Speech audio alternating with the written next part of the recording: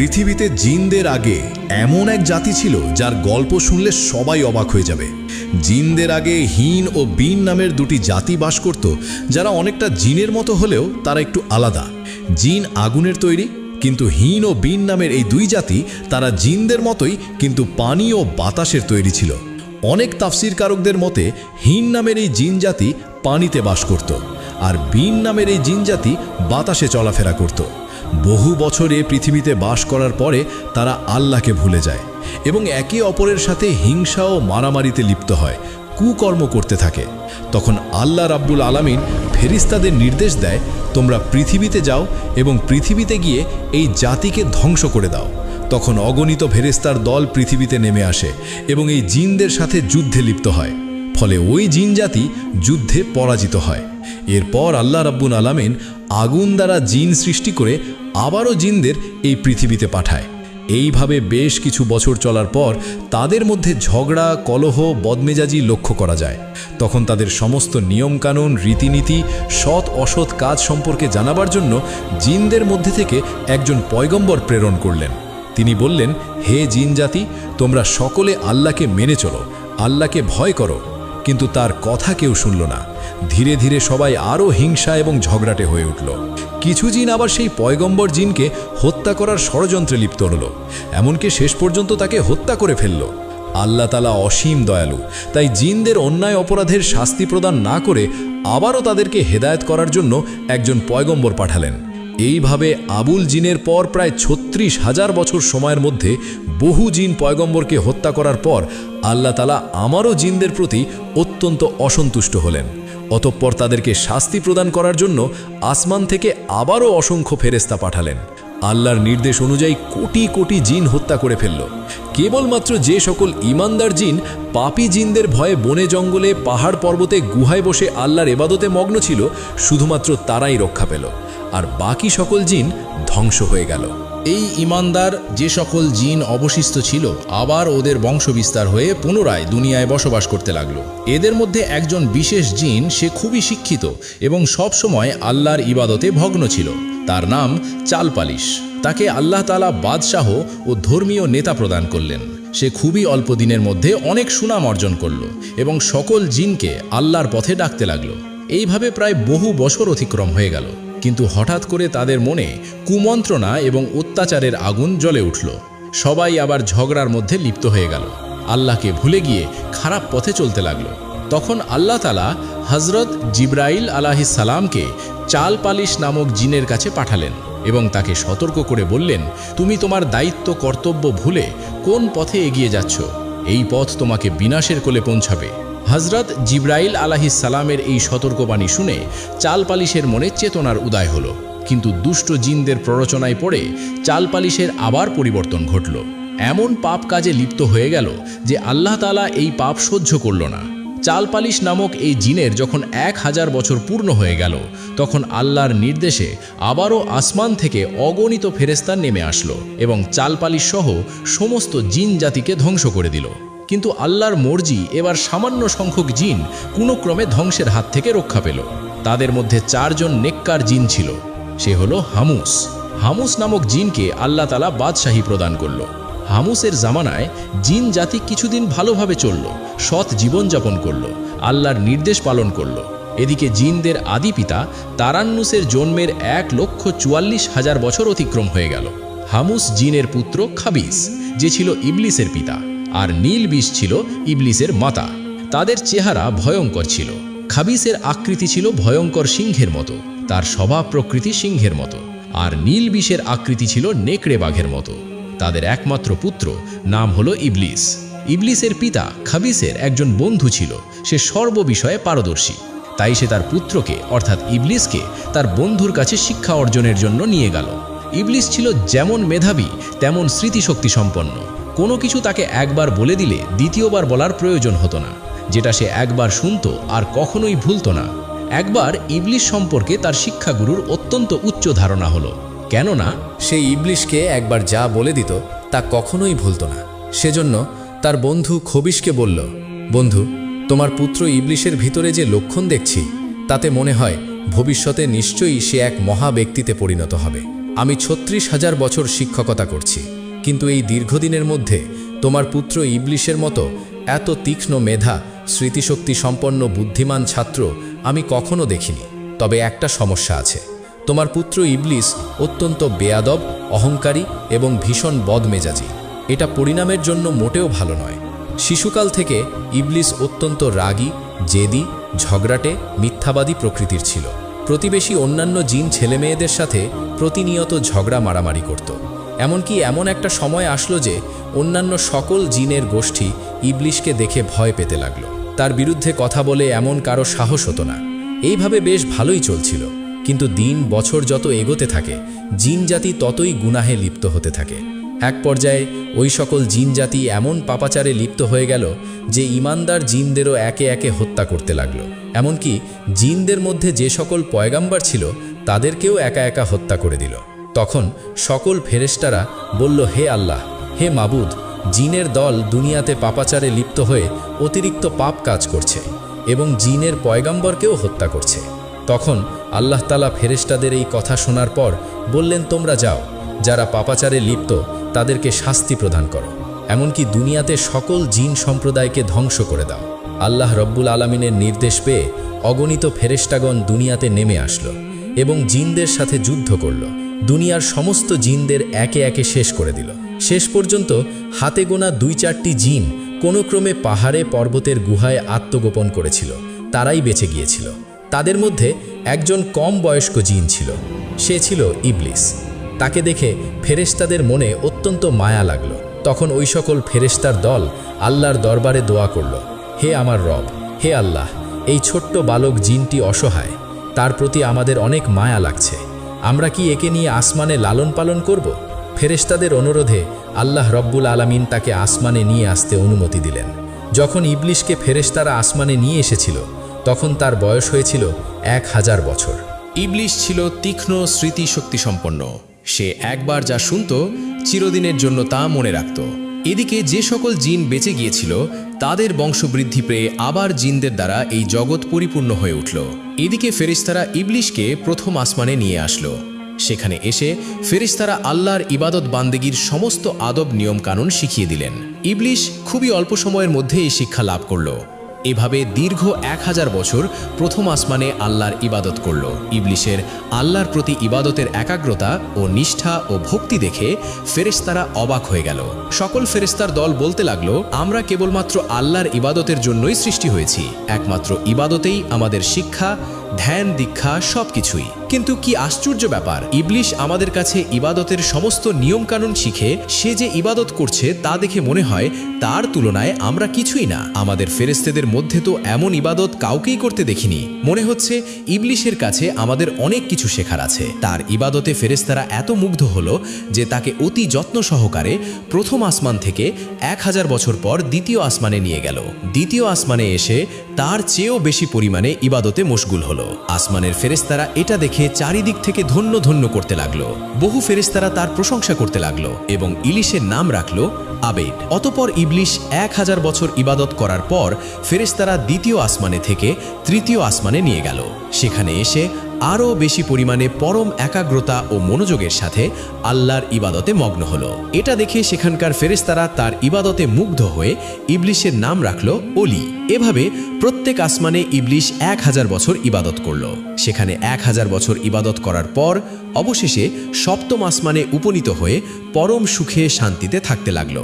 ইবলিশ সর্ববিষয়ে অনেক জ্ঞান ও অভিজ্ঞতা অর্জন করল। তখন ফেরেশতারা আল্লাহর কাছে দোয়া করে বলল, হে আমার রব, হে আল্লাহ, তুমি তোমার প্রিয় ইবলিশকে যদি আরশে মুআল্লায় উঠিয়ে আনো তবে আমরা তার কাছ থেকে আরও অনেক শিক্ষা লাভ করতে পারবো, অনেক মূল্যবান উপদেশ শুনে অনেক কিছু শিখতে পারবো, কেননা সে আমাদের অপেক্ষা অনেক বেশি জ্ঞান অর্জন করেছে।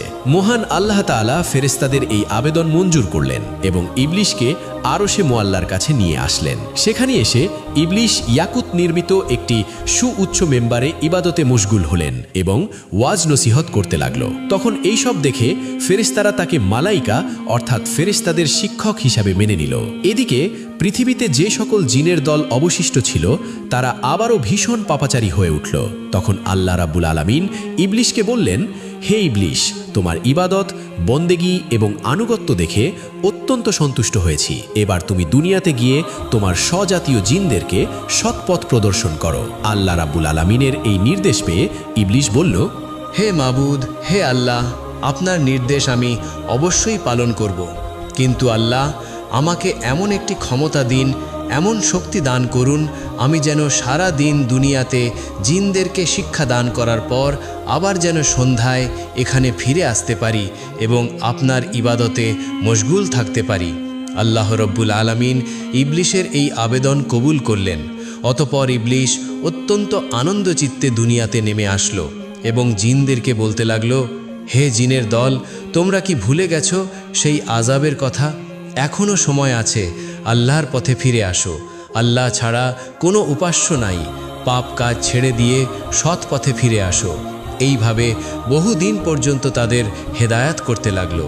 কিন্তু একাধারে বহুদিন পর্যন্ত সে আপ্রাণ চেষ্টা ও পরিশ্রম করা সত্ত্বেও সামান্য কিছু সংখ্যা জিন ছাড়া প্রায় সকলেই ইবলিশের বিরুদ্ধাচরণ করতে লাগলো এবং ভীষণ পাপাচারে লিপ্ত হয়ে গেল। তখন ইবলিশ আল্লাহর দরবারে দোয়া করলেন, হে মাবুদ, হে আল্লাহ, আপনি আমাকে এমন ক্ষমতা দিন যাতে এই অবাধ্য জিনদেরকে আমি সমূলে ধ্বংস করতে পারি।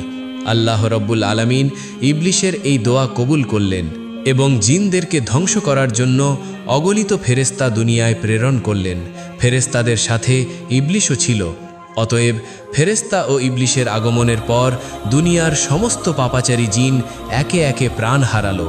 দুনিয়ার কার্য শেষ করে পুনরায় ইবলিশ একাগ্রচিত্রে আল্লাহর ইবাদতে মশগুল হলো। আল্লাহ তাআলার দরবারে ইবলিশের কত যে সিজদা ছিল তা কারো পক্ষে হিসাব করা সম্ভব নয়। আসমান, জমিন ও অর্শে মুআল্লার নিকটে এমন কোনো জায়গা ছিল না যেখানে ইবলিশ অসংখ্য সিজদা দেয়নি। অতপর ইবলিশ আল্লাহ রব্বুল আলামিনের কাছে দোয়া করলেন, হে আমার রব, হে আল্লাহ, তোমার অসীম অনুগ্রহে আমি অতি সামান্য স্তর থেকে সসম্মানে অতি উচ্চ স্তরে পৌঁছেছি। এখন আমার মনের একান্ত বাসনা হলো, তোমার পবিত্র লাউহে মাহফুজ যদি একবার দেখাতে না লাগো, আমার জীবন ধন্য সার্থক হয়ে যেত। তুমি দয়া করে, মেহেরবানি করে, অনুগ্রহ করে আমার এই আকাঙ্ক্ষা পূর্ণ করো। পরম দয়ালু মহান আল্লাহ তাআলা ইবলিশের এই দোয়া কবুল করার পর মিকাইল ফেরেশতাকে বললেন, হে মিকাইল, ইবলিশকে নিয়ে লাউহে মাহফুজের নিকটে নিয়ে যাও। মিকাইল ফেরেশতা এই নির্দেশ পাওয়ার সাথে সাথে ইবলিশকে নিয়ে লাউহে মাহফুজের নিকটে নিয়ে গেল। ইবলিশ আল্লাহর অপূর্ব সৃষ্টি লাউহে মাহফুজের দিকে এক দৃষ্টিতে চেয়ে দোয়া পাঠ করতে লাগলো। হঠাৎ এক স্থানে তার চোখ পড়ল, আর সেখানে লেখা ছিল, আল্লাহর এক বান্দা 6 লক্ষ বছর পর্যন্ত আল্লাহর ইবাদত করবে, কিন্তু মহান আল্লাহর একটি আদেশ অমান্য করার কারণে সে জান্নাত থেকে বিতাড়িত হবে। আর ওই বান্দা আসমান ও জমিনে মালাউন বা অভিশপ্ত নামে পরিচিত হবে। এটা দেখার পর ইবলিশ আর থাকতে পারল না, কেঁদে ফেলল এবং সেজদায় লুটিয়ে পড়ল। তাফসীর কারকদের মতে ইবলিশ এই সেজদা 6000 বছর অতিবাহিত করেছিল।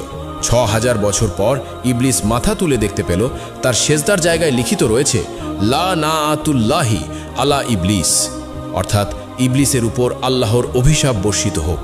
এটা দেখে ইবলিশ আল্লাহর কাছে দোয়া করল, হে আমার রব, এই ইবলিস কে? আমাকে বলুন, আমি তাকে যথাযথ শিক্ষাদান করি। তার জবাবে মহান আল্লাহ তাআলা বললেন, অচিরেই তুমি তাকে দেখতে পাবে। এই কথা শুনে ইবলিশ সেখানে দাঁড়িয়ে 1000 বছর পর্যন্ত পাঠ করল, লা নাআতুল্লাহি আলা ইবলিস, অর্থাৎ ইবলিসের উপর আল্লাহর লানত বর্ষিত হোক। এখানে উল্লেখ করা প্রয়োজন, তখন ইবলিস এই নামে পরিচিত হয়নি। এরপর আল্লাহ রাব্বুল আলামিন ইবলিসকে বললেন, হে ইবলিস, বলতো, যে বান্দা আমার অশেষ অনুগ্রহ লাভ করার পরেও আমার হুকুম অমান্য করবে তার কেমন শাস্তি হওয়া উচিত? জবাবে ইবলিস বলল, হে আমার রব, মহান আল্লাহ রাব্বুল আলামিন, এমন অকৃতজ্ঞ ব্যক্তির কঠিন শাস্তি এবং অভিশাপ বর্ষিত হওয়া উচিত। তখন আল্লাহ রাব্বুল আলামিন বললেন, তোমার এই কথাটা এক টুকরো তক্তিতে লিখে তোমার কাছেই রেখে দাও, পরে তা কাজে আসতে পারে। অতঃপর এই ঘটনার বেশ কিছুদিন পর হঠাৎ একদিন ইবলিস মনে মনে ভাবতে লাগলো, এখন ফেরেশতাদের জগতে, জিনের জগতে এমন কোনো ফেরেশতা ও জিন নেই যে আমার চেয়ে বেশি শিক্ষা লাভ করেছে। এখন ফেরেশতাদের থেকে আমার প্রভাব অতুলনীয়। আমার প্রভাব প্রতিপত্তি ও ক্ষমতার সাথে মোকাবিলা করার মতো এখন আর কারও ক্ষমতা নেই।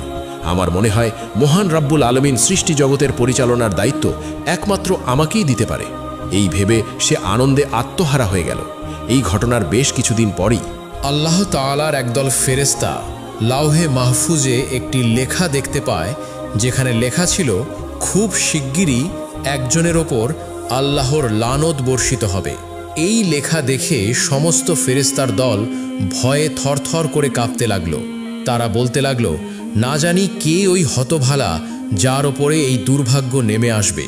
সকল ফেরেশতারা দুশ্চিন্তায় পেরেশানি হয়ে ভয়ে কাঁদতে কাঁদতে তাদের উস্তাদ ইবলিসের কাছে হাজির হলো।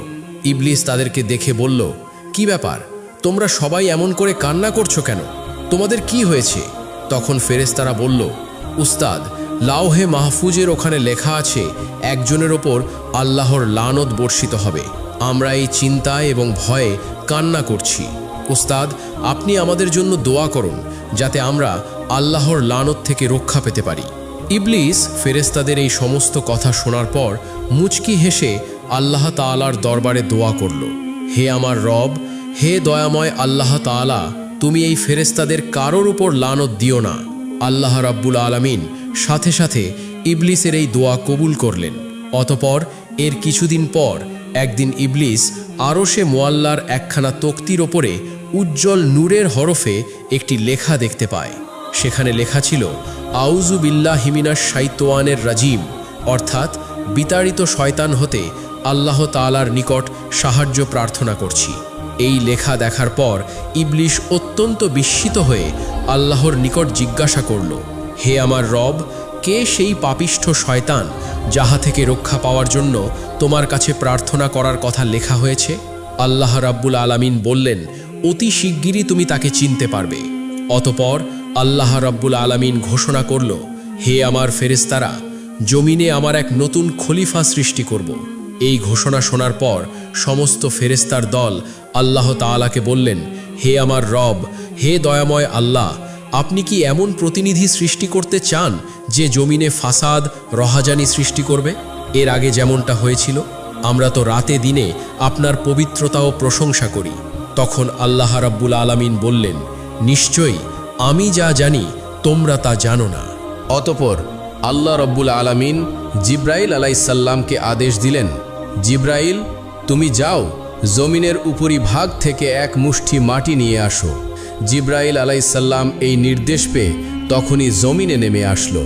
যেখানে বর্তমানে কাবা উপস্থিত, সেখানেই সর্বপ্রথম এক মুষ্টি মাটি নিতে চাইল, কিন্তু জমিন বলে উঠল, হে জিব্রাইল, আমার নিকট থেকে মাটি নিও না।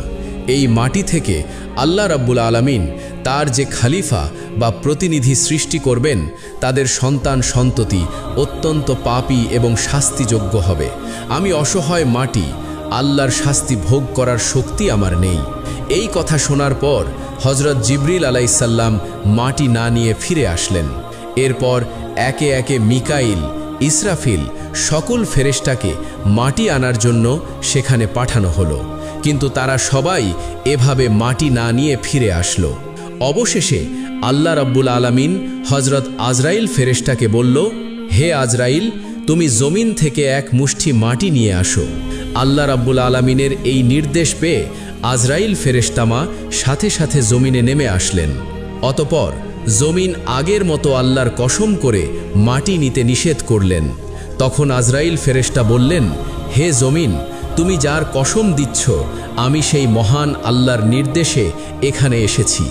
আমি সেই মহান আল্লাহ তাআলার আদেশ অমান্য করতে পারবো না। অতএব এক মুষ্টি মাটি নিয়েই যাব। এই কথা বলার পর আজরাইল ফেরেশতা এক মুষ্টি মাটি নিয়ে ঊর্ধ্ব জগতে চলে গেলেন। আল্লাহর দরবারে এসে বললেন, হে আল্লাহ, আপনি মহান জ্ঞানী, এই জগৎসমূহের প্রতিপালক, আপনার আদেশ আমি পালন করেছি। তখন আল্লাহ রাব্বুল আলামিন বললেন, হে আজরাইল, এই মাটি হতে জমিনে এক খলিফা সৃষ্টি করব এবং তার জান কবজ করার দায়িত্ব তোমাকেই দেব।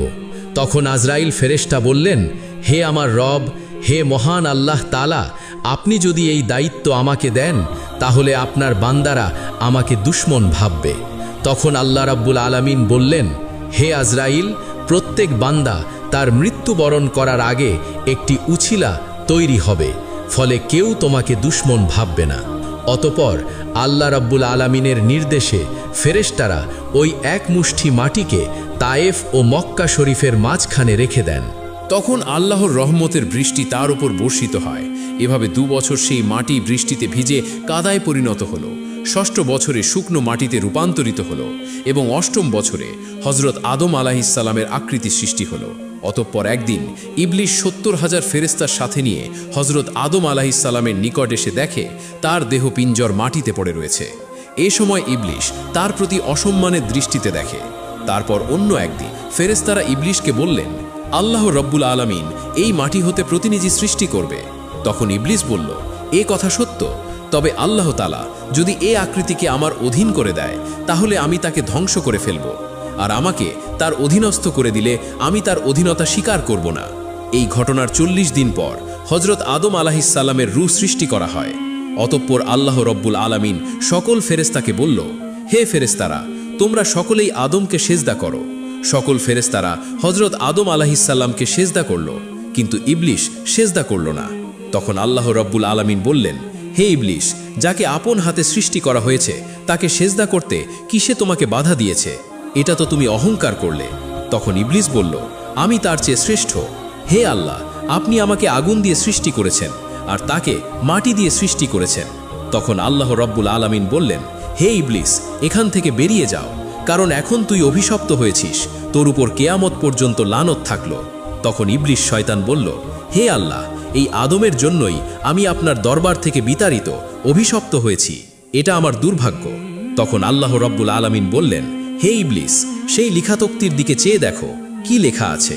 ইবলিশ সেদিকে দৃষ্টি দিতেই দেখল সেখানে লেখা আছে, আল্লাহর এক বান্দা আল্লাহর নির্দেশ অমান্য করবে আর তার শাস্তি হচ্ছে আল্লাহর লানত, অর্থাৎ আল্লাহর রহমত থেকে বঞ্চিত হয়ে যাবে। এই লেখা পাঠ করার পর ইবলিশ অত্যন্ত নিরাশ ও লজ্জিত হয়ে বললেন, হে আমার রব, আমাকে অবকাশ দিন সেই কেয়ামত দিবস পর্যন্ত। আমার দ্বিতীয় আবেদন হলো, আমাকে আদম সন্তানের মস্তিষ্কের ভেতরে প্রবেশের সুযোগ দিন আর আমাকে তাদের দৃষ্টির অন্তরালে রাখুন, যেন আমি তাদেরকে সব সময় ধোঁকা দিতে পারি। আপনার ইজ্জতের কসম, আমি তাদের সবাইকে পথভ্রষ্ট করব, তবে তাদেরকে নয় যারা ঈমানদার আল্লাহওয়ালা, যারা আল্লাহর পথে থাকবে। তখন আল্লাহ রাব্বুল আলামিন বললেন, তোকে এবং তোর অনুসারীদের দিয়ে জাহান্নাম ভর্তি করব। প্রিয় দর্শক, আপনারা যদি এর পরের পার্ট দেখতে চান তাহলে অবশ্যই জানাতে ভুলবেন না। আর আমরা সকলেই যেন শয়তানের ধোঁকা থেকে বেঁচে থাকি, অর্থাৎ আমরা সকলেই যেন অসৎ এবং খারাপ পথ বর্জন করে আল্লাহর দেখানো পথেই চলতে পারি। আল্লাহ রাব্বুল আলামিন আমাদের সকলকে এই তৌফিক দান করুক। আমিন।